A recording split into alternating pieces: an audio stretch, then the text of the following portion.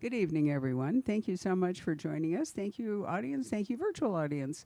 On my right over here is Jeff Biggers, and on the screen is Andrew Davis, co-authors of this wonderful book, Disturbing the Bones, which is our crime subscription book of the month, partly because it's just so much fun. It's really hard to find a book this original in conception, so I congratulate you both. Thank you. I also grew up in Illinois, and I'm fascinated with the way there are very few Midwestern thrillers. It's a pretty rare bird. Most thrillers take place in, like New York or Paris or somewhere, but this one starts on the banks of the Mississippi, goes down to Cairo, Illinois. You have to pronounce it correctly, okay? It's actually Cairo, and ends up in Chicago. So it's a pretty big tour of an interesting state. I'd forgotten how southern Illinois is, because I grew up in Winnetka, which is about as opposite Cairo as you could possibly get, right? Up near Wisconsin, right? It's the North Shore of Chicago. Yeah, sure. Not that far, right? Anyway, we have a trailer to show you that was created for the book, and then Jeff and Andrew will tell you all about their book, their writing process, answer questions, whatever. So, Patrick, show the trailer. Great.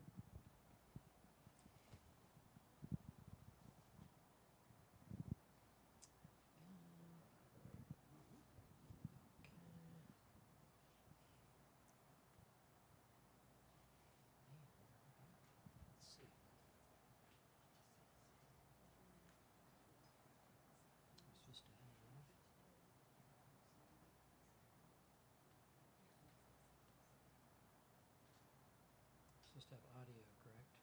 Yeah. Yes. That's a Q&A. That's I think you had skipped by the trailer. If you go back on one of the YouTubes, it'll be the trailer. I watched it. It's actually terrific, which is why we're starting with it.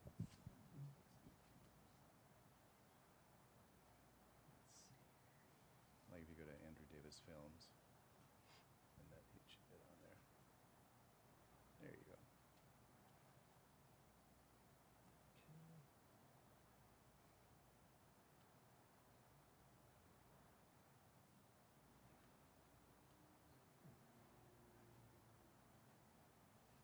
Well, sorry, friends. Let's just get this thing working properly. We set this up on the fly, so No problem. apologies. All right. Are there many trailers with books, or do you see them here and there? They're very frequent, but we don't often show them.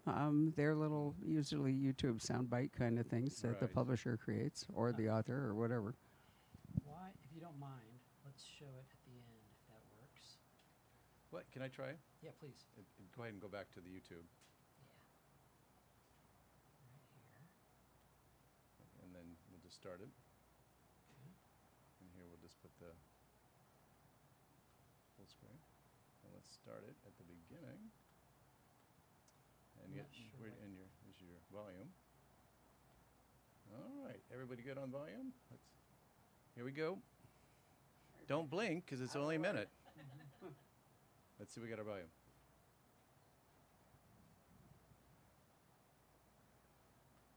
We don't got a volume. You show it as a silent. Well, did you lose the tension of that soundtrack? We want that, so. Well, I don't know how to fix that part. Sorry. If you go to the settings on the computer, on the laptop. Here, how about this? We'll crowdsource this problem. Let's try it now. Here we go.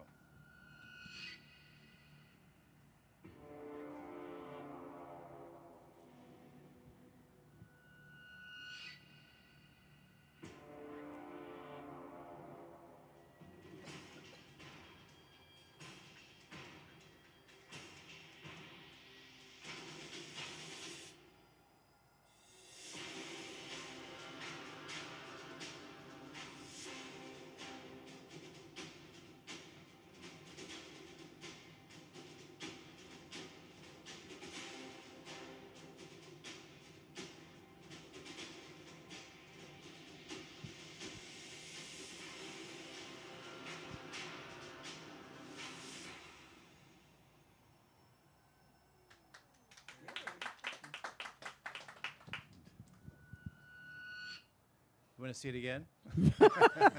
Really should have. I've only watched it about 8 million times. I didn't hear a thing. You didn't? Well, that's all right. We had sound here. Oh, good.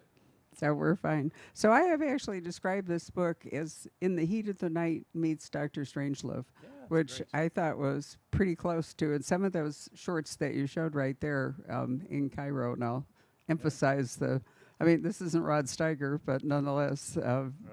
right, maybe you have to be as old as I am to even know what In the Heat of the Night actually means. Do any of you know what it means? Right? Dr. Strangelove? Everybody know Dr.? Okay, so not totally hopeless. All right, I'm going to get out of the way and turn this over to you. Thank you, Barbara, and thank you so much for having us. And Jeffrey, yes, pan the camera over. Check out what I'm seeing. I'm seeing a half of your eye. Let me see you. Pan the camera on Jeff. oh, I see here. There you go. Okay, and I can't have a complete conversation with you because that's the other camera, right? Right. Okay. No, don't worry about looking at me. I want to see you. It's Okay. All right. I want to keep an eye on you. I'm going to give a little couple of minute presentation and then introduce you. How's that sound? Great. Perfect. All right. Can you imagine writing a book with two people? It's an amazing experience going through COVID and the Hollywood strike and the fact that Andy's there in California and I'm in the Midwest. I live on the Mississippi River, but I live further up in the Quad Cities, where Davenport and Moline. It's the only part of the Mississippi River actually that goes east and west. And it's absolutely beautiful. We take a walk there every morning and every evening to really understand the river. And if you keep going down, we think of Illinois as kind of, we live in Arizona and as kids, we had to learn the 5 C's, right? Climate and copper and citrus and cattle. I forget the 5th one. Cotton, there you go. We drove through Cotton today on the way up here. But Illinois has 5 C's as well. And I think we forget. We think there's just Chicago and Al Capone, and then you have corn. And we forget that you go further down, way down. It's one of these states that go long, long, long, 378 miles. It's almost like another country.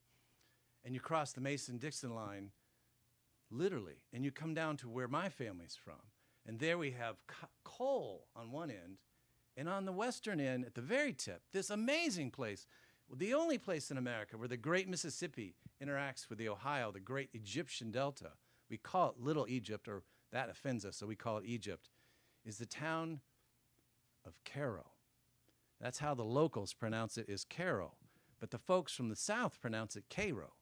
And so part of our novel actually plays on that tomato is what side of the tracks are you on and which way do you pronounce the name. And there, along this incredible Mississippi, you have these massive archaeological sites, some of the largest prehistoric populations in all of the Americas. The largest city in all of the United States in the 1860s was just east of St. Louis called Cahokia. And if you go just a few miles down, there's the Scott Air Force Base, which now is the center of cyber and intrigue and espionage. And this is the beginning of our novel. And we understand archaeological sites, of course, here in Arizona, because here we are in Phoenix, which was born because Jack Swilling came out from the south and he dug up your canals of the Hohokam and created your city from ashes. And that is what this novel is about. It's about to ask the question that Andy asked me years ago when we met in Chicago, is what will we be remembered for? Our civilization. And so let's go back in time and begin to go through those layers, those amazing archaeological layers. The past is a presence. Those ruins are a presence. And you go to an archaeological site, it's not the past. Those spirits are still breathing stories that are still alive today. And as you begin to move that dirt and the mud and begin to go down, and the famous Coster site, which is really one of the most important archaeological sites that inspired Andy, you begin to learn the secrets and the stories that are still alive today. And that is the beginning of when we begin to tell our story in Cairo, Illinois. And so it's because of Andy Davis. 30 years ago, the New York Times praised his films. Under Siege, they said, how can he blend art and action beautifully to create these beautiful films that ask provocative questions about nuclear weapons, about peace, about living today. And 10 years later, of course, Andy made Holes, based on that wonderful novel by Louis Sachar, for Disney. And the New York Times said, this is not a kid's film. This is an allegory about greed and racism and understanding who we are today. And of course, The Fugitive, one of the masterpieces that kept us on the edge of our seats, kept asking so many different questions of a man dealing with the pharmaceutical industry, being, wrongly convicted and trying to clear his name in justice. And of course, that was the great movie that we often remember. And Andy said, I have another idea that I have to tell you about that he had been thinking about and working on for years as a follow-up to one of his great movies called The Package. So I'll hand it over to Andy Davis at this point. I got to take you everywhere. You're so eloquent. I mean, this guy he's not just a writer. He's a performer. He's what would the term, some French term that they would give to this brilliance. Anyway, so I had a guy who taught me how to load a magazine at the University of Illinois named John Weir. He was a Canadian who worked for the National Film Board, and we were down there shooting time-lapse of soybeans. We were shooting USIA propaganda films about how wonder it was for Thai students to be at the University of Illinois while there was a revolution going on. It was a way to learn how to load a magazine. Okay, I was a journalism major. John left the university, went to work for the state of Illinois, and he turned me on to this dig called Coster, which was the most significant find in North American archaeological history, as Jeff said. And I said, exactly that. We will be remembered by our bomb shelters. We will be remembered by the bunkers in the ground with all these weapons that probably killed everybody by then, okay? And maybe there'll be some artificial intelligence from Mars that'll come and say, what are these guys up to? What are they doing there? I took that and I took the story of The Package, which is a movie with Tommy Lee Jones and Gene Hackman about a bunch of generals, Russian, Soviet at those days, and Americans who do not want to give up their weapons. It's about a peace conference in Chicago, the détente. And we created a Gorbachev, we created a Bush, and Tommy Lee Jones is sent over as a kind of Oswaldian character to take care of the killing one of the presidents. And then I remembered the history of Cairo, Illinois. My parents knew a guy named Herbert Nipson, who was the managing editor of Ebony magazine. And Cairo, Illinois in the late 60s and early 70s was infamous because a version of the Klan group woke up called the White Hats, when blacks said, why are there no jobs? Why can't we go into certain restaurants? This is the place where Ulysses Grant had his headquarters at the confluence of these two rivers. So you have this history of racism, you have this history of bomb shelters, and you have a history of digs. And we wove this together to make a story about a young woman named Molly Moore, who's an archaeologist who was come from the area. As it turns out, her grandfather was in the Klan.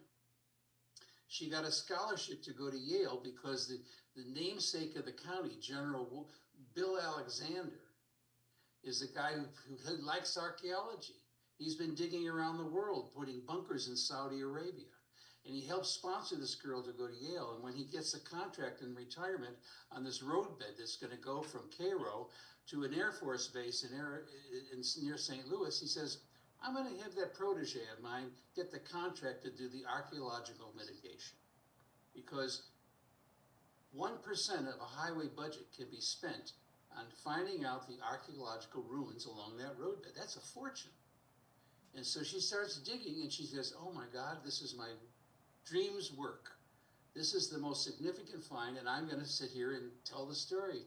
And the general says, we love you, kid, but you got to get rid of this. You got to hurry up and get out of here. She comes across the body of a woman who died probably 50, 100 years ago amongst all these 1,000-year-old ruins. And because she's a federal official, she has to send this body to the FBI in Chicago. Say, this is a contemporary woman. Who is this? They do a test on this woman, on the teeth, and they discover she's the mother of a Chicago detective who has been an orphan from his mother since he was 14. He never knew what happened to his mother.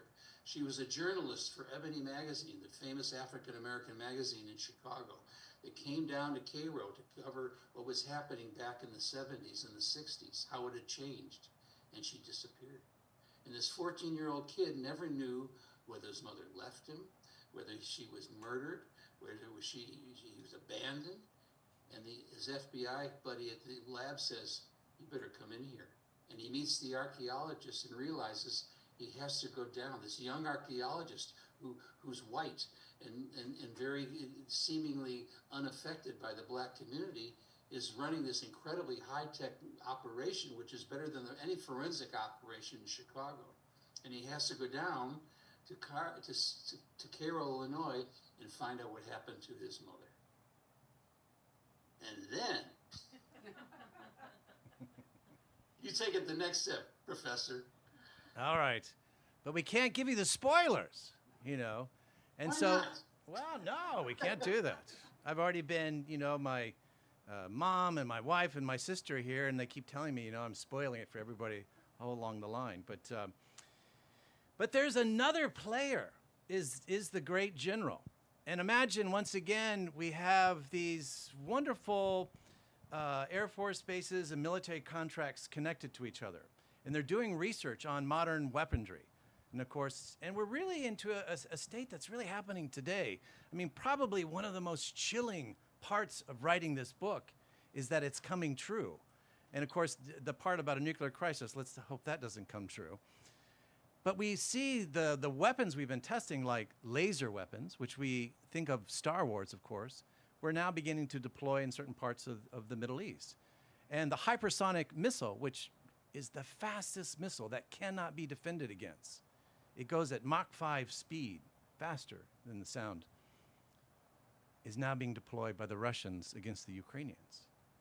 And so we asked the question, like Barbara brought up, you know, it's not Dr. Strangelove, but Dr. Strangelove in the great novel Failsafe wanted to ask the question, what if? Are these weapons really fail-safe? What if there's a malfunction? What if there's a cyber attack? And what if something goes wrong? Then what will happen? And that is the next part of our book, of how it So begins. in the novel, the Russians are testing these weapons. It's being monitored from this Air Force base near St. Louis. And something goes terribly wrong. It's an accident. And a hot warhead goes off in Siberia and Mongolia and kills 150,000 people in one day. All right. And the world goes crazy. All right. Not too much more. Not too much more. Oh, okay. I thought that's what our job. This is the live trailer. Yeah, but Barbara's gonna send this video around the world. So. Oh no, we're not going to say another word. Wait for a couple of Right. minutes, and then Okay. everybody's there. Right. Anyway, the point is that there creates an incident that the whole world is watching. And what's wonderful about this book, I grew up on the south side of Chicago. And Michelle Obama's father supplied the water that I drank as a kid as a city worker. He worked on the cribs where they separated the fish and the dead bodies from the Chicago water, right? And in our story, this 14-year-old kid comes up to Chicago not knowing what happened to his mother. And there's a young woman in his class, a 14-year-old young woman like Michelle Obama. And she embraces him, she helps him, she protects him from the tough kids in the neighborhood on the south side. Years later, she's running for president. And this accident takes place, and she says, if I get elected president, we're getting rid of these stupid weapons. We're going to have a peace conference in Chicago where the atom got split.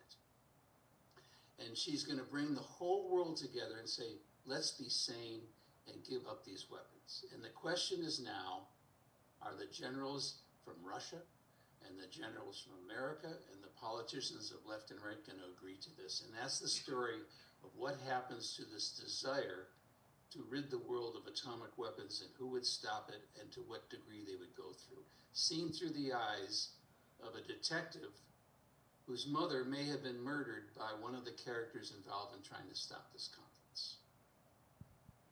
So there's family drama, there's personal drama, and there's political drama. It's an unabashed political thriller. We're taking on the politics of the time, but in an entertaining way, you know, regardless of your stance of left and right, and we know what's right anyway. So it's about asking these provocative questions in a way that make us think, but make us want to turn the page. And this is the beauty of working with someone like Andy Davis.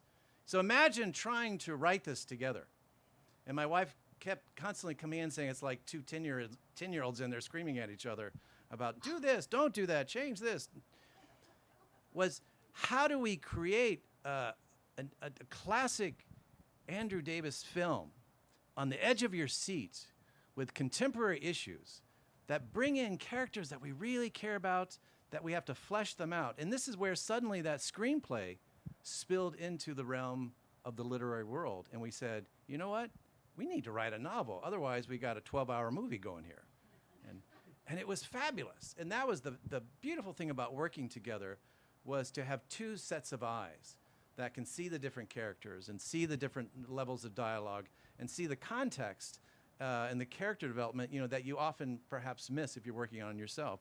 Often when we write, I've written many books by myself, is you're so absorbed that you kind of don't see the world around you.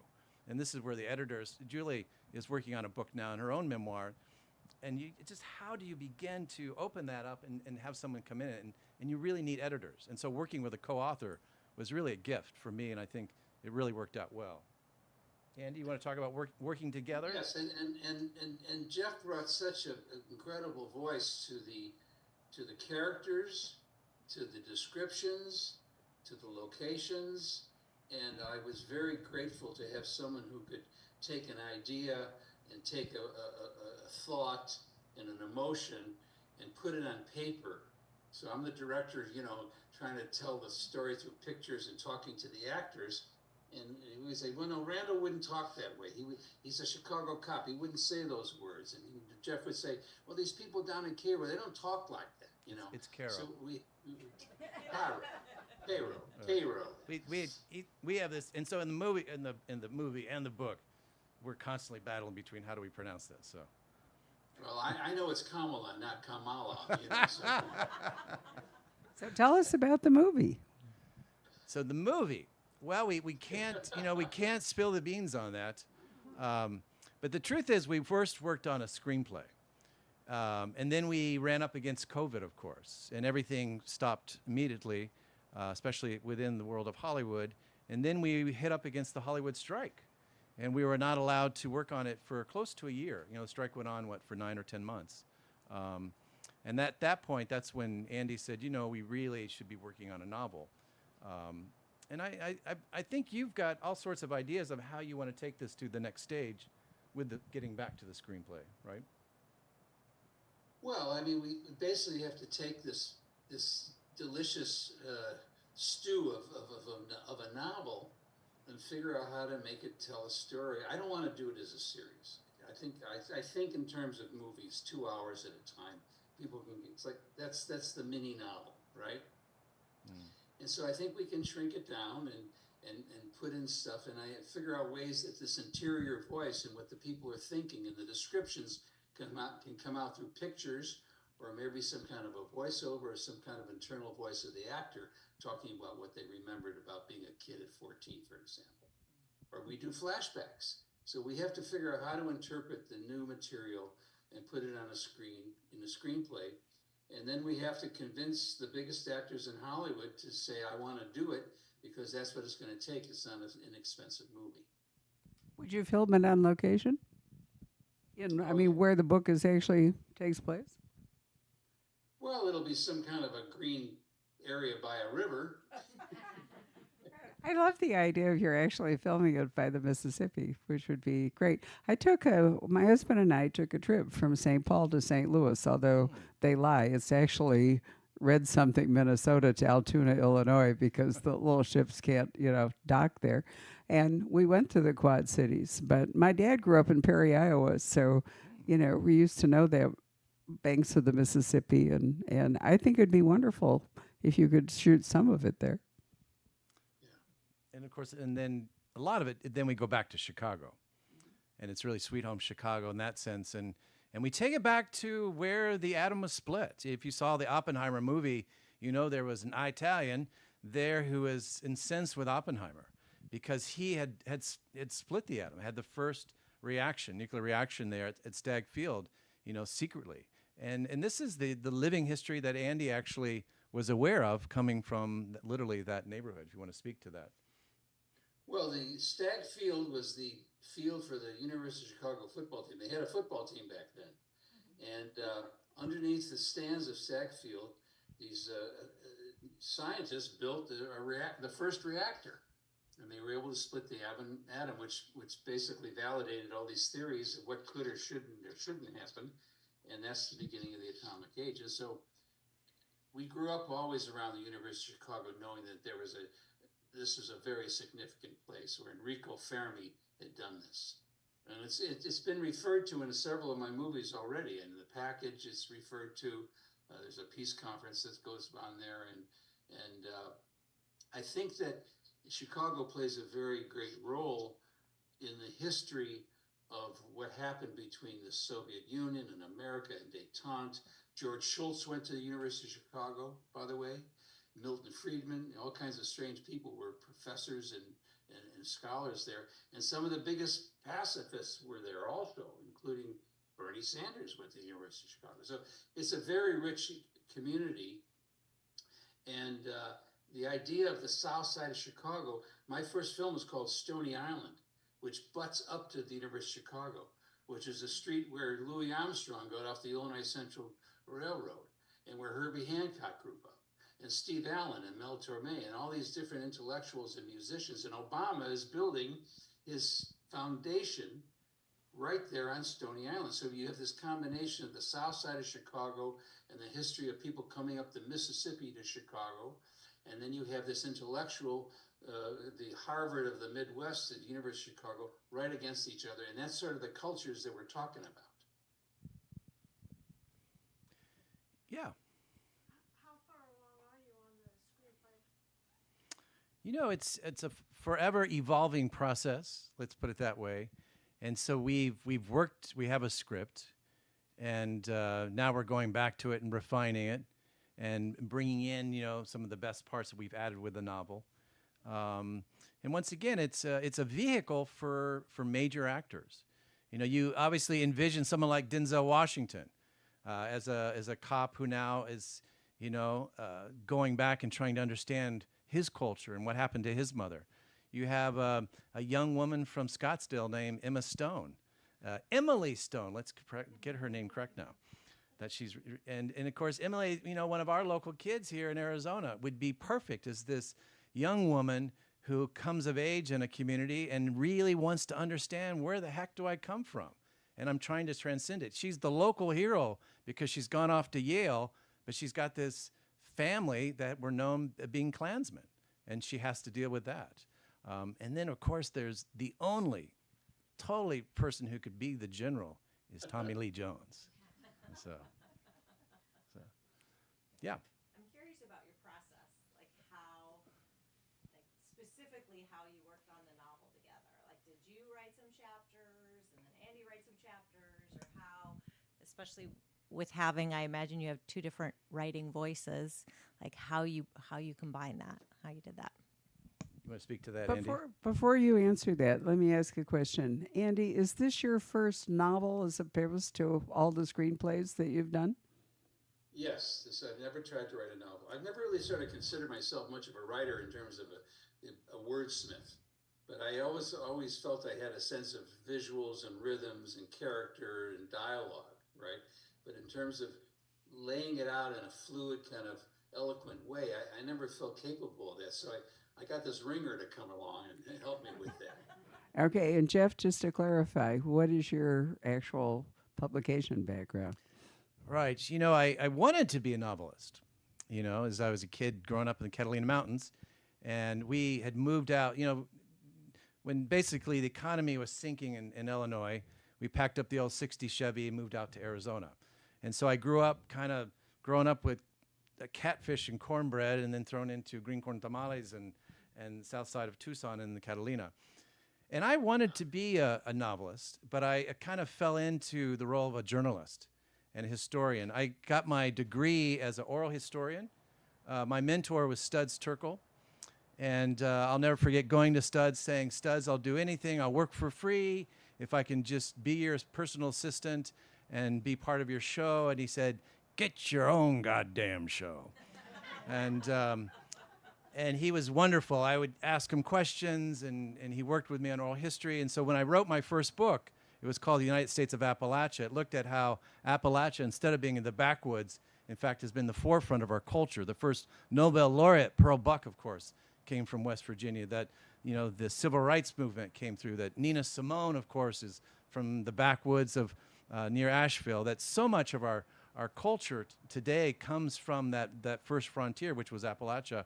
I sent it to Studs, and lo and behold, and his agent said, forget about it. Studs, he's 93, he's not interested anymore. And I'm like, Studs is, he's close to me. And he loved the fact that my grandfather had been a coal miner who had gone into Chicago to work there. And Studs, of course, wrote about our hillbillies and our Southern culture in Chicago.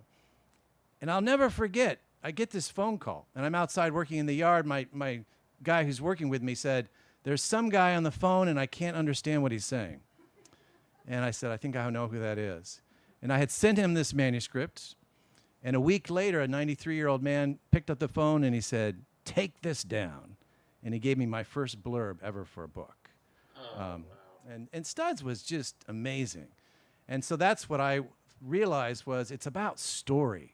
Whether you write fiction, nonfiction, whether you write a memoir, Julie, whether you work in the theater, whether you make amazing films like Andy Davis, it's about story. You have to tell a great story. So I've written a dozen books, mainly cultural history and investigative reporting. And then I've been working on plays. I was the playwright in resident at Indiana University, and I've been working more in the theater in more recent years. But it really comes down to telling a good story. Or as my granddaddy would tell me, in Southern Illinois, he'd say, come up to the porch and let's swap lies. Okay. You know, now, I we gotta probably say all something. forgotten This your is an question. amazing Sorry. connection. This is an amazing connection that says it, which I'm finding more and more about every time we talk together, because I worked on Haskell Wexler's movie Medium Cool, which was Studs' involvement in talking about Appalachia in Chicago, in Uptown.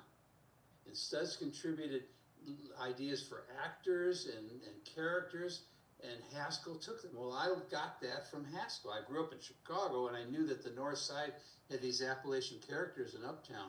But the whole history of poor whites and poor blacks and poor Mexicans coming to Chicago to try to get a job, to survive, was part of the culture I grew up in. I worked in the steel mills with Serbians and Croatians in a neighborhood that had blacks and Mexicans who had been there since 1910. So this is a strange connection. My brother Richie, who was a white kid who grew up in a changing neighborhood, is in Studs' book called Race. My parents were with Studs in a theater group when they were young people together. He introduced me to Haskell. So the fact that he played such a role in Jeff's life and my life, and the fact that he spoke about telling stories about the human existence, how we treat each other, what are values, what it could be like, how to look at history and not forget it. These are all themes that are part of this book. Do you want to repeat your question? It was more just on process. Like, how did you, I mean, because two people writing one book, you have different styles in the way you write, and sort of, I'm just curious about like how you collaborated on it, and if you had a process, like you would write a chapter, he would write a chapter, or you'd create an idea, and then one person would be tasked with putting that out, or how it all came together. Well, it's really simple. The first 150 pages are mine, and from 151 to 380, it's Andy's. No, come on. Come on. You know, basically, I think we had the screenplay, which had a certain structure. That we started with that. You know, there was some beginning, middle, and end to that. But basically, Jeff would write something, and I would go back and rewrite it and say, we don't need this, and let's add this, and let's talk about it this way. And then he would write some more, and I would rewrite it a little bit. Or I would come up with an idea, and he would embellish it and do a great job with it. It was basically electronic. We were sending things back and forth, and we could talk on the phone and FaceTime and all that stuff. So we were in the room together, but we were showing each other different ideas and different words. And then as we went further and further along, we got a clearer picture of who these characters were and what the thrust was be. And then it was like editing a movie. You know, this scene, far away from this character. We need to add him over here. Or this woman needs more an explanation about who she is. You know, we have people look at our drafts and say, I want to know more about this. I want to know more about that. And Jeff, okay, I know what to say about that. Yeah, and then conversely, we would say this part is more about a Chicago situation. So Andy, you write it, and then I'll edit you. And so we took turns. Yeah, I would write some, he would edit. He would write some, I would edit.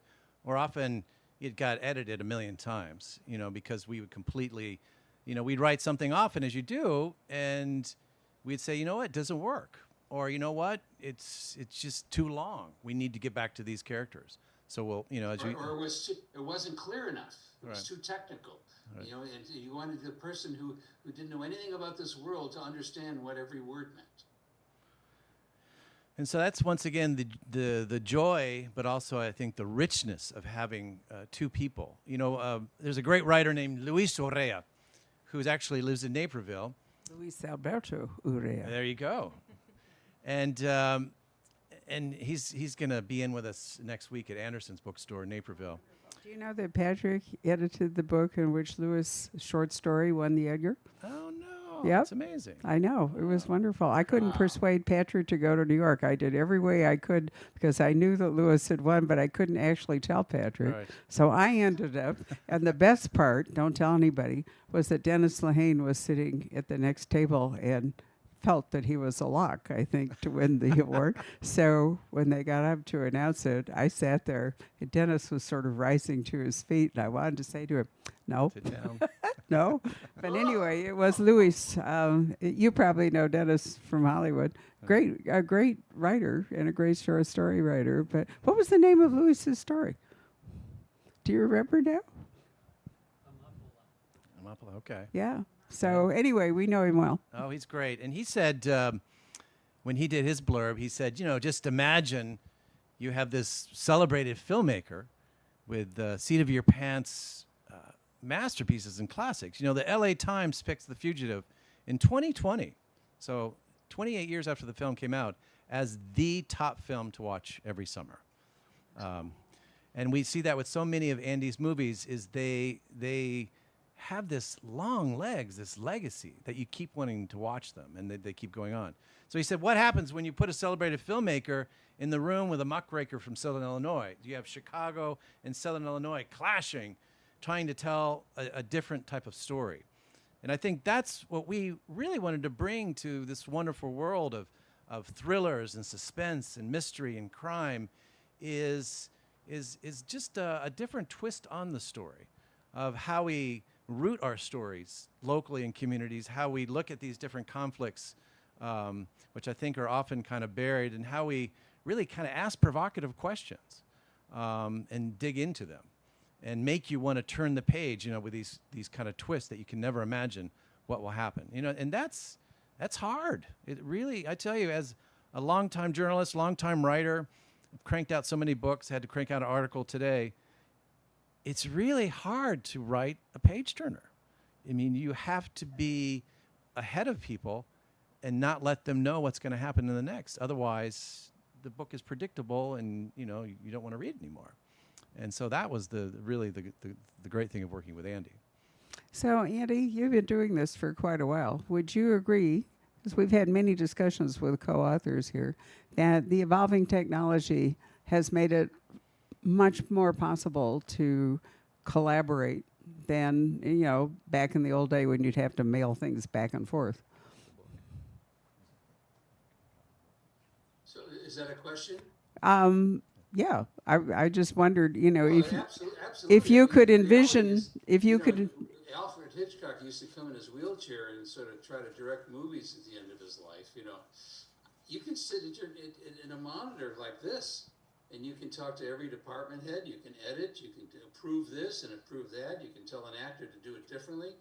I mean, the technology is crazy, and also you can have some kind of a computer or some AI device replace yourself if you want.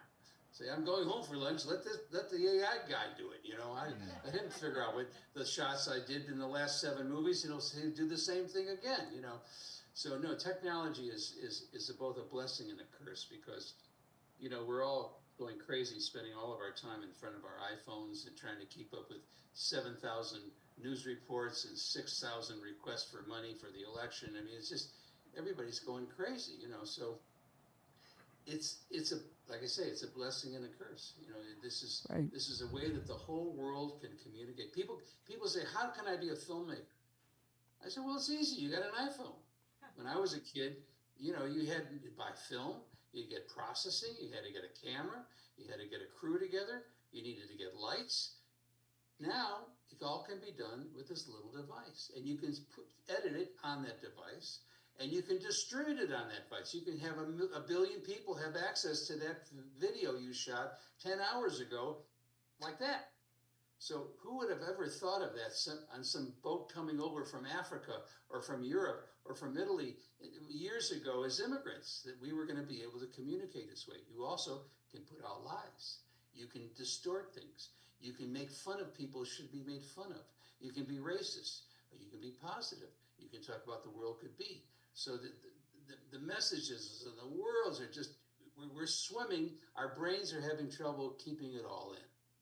I guess my real question was, you know, would you have been willing to collaborate if this technology where you know, can create a virtual writing room, because that's basically what you've got, if it didn't exist? Would it have been daunting, or is that just pointless? I don't think Jeff would have wanted me to live in Iowa with him for No? for 5 Okay. years. All I right. don't think I would have wanted him in Santa Barbara for 5 years. So it was a good distance, you know. I have to. We're gonna actually encounter each other tomorrow. You know, for the first time in a long time. So it's hopefully it works out well. We'll let you know what happens. Would you like me to read a page from the book? Sure. Andy, can I do that? You're a great actor. Go ahead. That's all right. I'm trying to get a part in the movie. You know. Yeah, we have to do the audiobook. Prologue. You know, because once again, the past is a presence, and what is the past but the prologue? The great archaeologist at the University of Arizona, Imahara, who discovered Snaketown and all the great Holcomb sites. I did one of the last interviews with him. I was with an autumn park ranger, and I'll never forget that. He's, son, you know, the past is the prologue. That's the only story you need to know. And if you don't know the past, then you can't tell a story.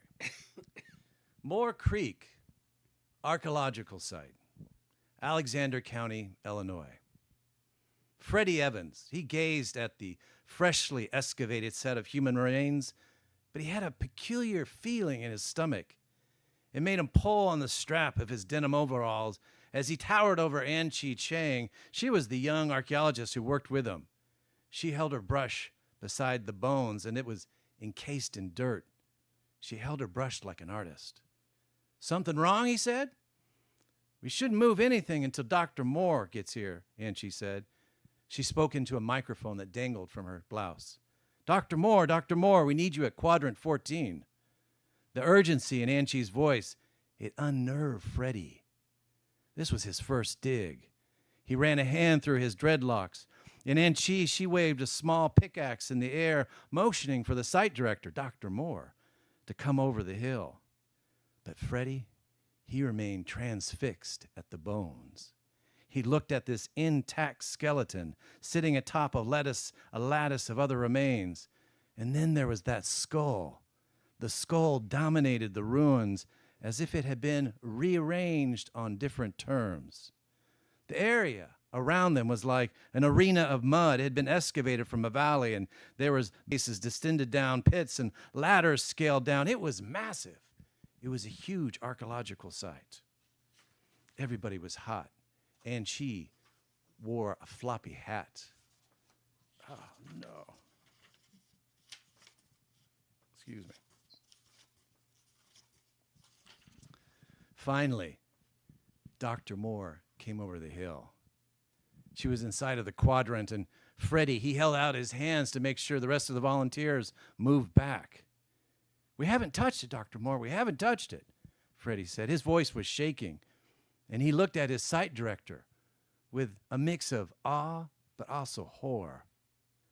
Molly, dude, call me Molly, Dr. Moore said. She moved with a clear authority, and then she knelt by Freddie and Ann Chi, and it seemed to Freddie like they were doing some sort of ritual. They looked proud, but also overwhelmed by their discovery. And Molly crouched down. She had reddish blonde hair pulled into a ponytail. She had a red bandana dangling around her neck. She looked younger than her 28 years. She looked like Emma Stone. She was fit with a freight train metabolism. Sandeep, she said into her microphone, we need you down here. We need your ground-penetrating radar. I'll go get the sifting screen, said Freddie. He got up and tried to move back the volunteers. Molly put her mouth down by the skull. She used a little penknife, and she cut a line from the teeth across the dirt, scraping off a clump of a plant, and her knife gently nudged the dirt until she heard a click. We need a laser scan, she said into her microphone. The graduate student, Nan Chi, pointed at Molly's knife. Something glimmered with a metallic edge. Molly pushed the knife forward, and she popped out a heart-shaped locket. Her brush grazed the locket like a goldsmith until it caught a flicker of light. Oh boy, she said, this sure isn't prehistoric. Very nice. Does anybody else have a question since I'm sitting here with a microphone? No? Yes? Yes? Can I pass it back? I probably don't need it. So the difference between writing a screenplay and writing a novel, how did you adapt yourself to that? Because in screenplays, you know, you have your close shot and your medium shot, and you try to make each of your descriptions very brief. But in writing, suddenly you have to create that whole picture with words. So was that fun? Was it something that, you know, a new thing to learn for you, or am I way off base here? Well, no, it was liberating because you didn't have to worry about that every minute of film has to be a page on a screenplay. Right, right. You could get eloquent like this man just did, reading how he described the opening of the movie. I keep saying the movie, I'm sorry. The opening of the book. You can No, but buy the it's book or see it at the interesting because, cinema near you know, you. So you can an write actor the 9-hour who would movie. have this kind of description in a screenplay would be Would be love deadly. it, you know, because usually say, you know, exterior archaeological site, morning, they're digging, they find a body. Right. And it's all the pictures that have to tell So the story. suddenly you have to increase your vocabulary to create all of the descriptions yourself. Right. And that's really, I think, where Andy was unleashed. It was fun. It was liberating, as he said.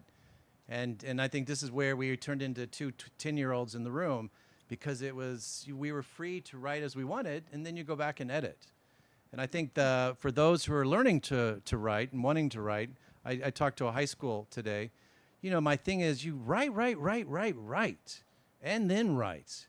And then you can go back and edit. But if you agonize over every word, if you agonize over every sentence, you never get to the end of that paragraph because you're agonizing over it, you're not going to come up with something. And the genius of fiction, the genius of those magical moments where you're writing something and you're saying, you know what, why don't we do this? Or what about that? That comes when those juices are flowing, when the Mississippi River and those currents are going down, and that's when the story emerges. And that's the beautiful part of writing fiction or writing a great film. You know, as you mentioned that, Jeff, I'm in awe of those incredible writers of all sizes, shapes, and cultures who could take an ink pen and just write something out without having the ability to edit it and to cross things out. I mean, sure they did it, but there's so many great documents that have just been written by hand. Do you ever have any big disagreements of where your characters should go or where the story should end up? I don't know, did we ever have any real disagreements? No, he listened to everything I told him. He said, jump, and I said, how high? Yeah, I would tell him what to do, and he would make it much better, you know. You know? I think, honestly, we didn't. I think we were on board with the characters. We the original idea came from Andy, and he had been working on it for years and had this, vision. And then we just brought in different characters and different cultural contexts, and I think it was still pretty much an open smorgasbord of what we could do. And so let's try this and try that. So there really wasn't, oh, that's my character, I want to make sure she's in. We never had those kind of moments, or don't cut. There was one incident that I remember, which was really interesting. There's a critical scene where someone is taken away and they disappear. And you witness this kind of brutal abduction of this person. And the witness is an important character later on in telling the story. Right. And Jeff is saying, how could he not have told us what happened if he witnessed that in those days? And was back and forth, because he was someone who was in jeopardy himself. If he would have told the truth about what happened, a lot of things would have happened to him. And finally, at the end of the movie, he says, you know what? I'm telling the truth. I'm on your side. We got to get to the bottom of what really happened here. So there was an interesting dynamic about how much we could describe about what this man witnessed, and how much we could describe about the brutality of what we saw. Right. So, as somebody that witnessed, the whole process, from the back of the door. And I read the book, but not the final part. But I know that the final part was a long process, just the finale. And so, without spoiling it, how did you get to the final scene where something, resolution happens? But I remember that you guys were really struggling with making it believable at the same time, kind of a very explosive ending. How do you balance, again, this way that you make it realistic, but also this is fiction? There's also, how did you resolve that? Could you hear her okay? It's about the ending. Yeah. Right. And how to resolve, how to end the story. Yeah, that we struggled with the last part because it's epic and it's gripping and it's riveting, and how do you make it real and not just crash bang boom, is really the question. How do you flesh out this situation that people are, I think that was really the question. So, I mean, basically, we wanted to make it hopeful.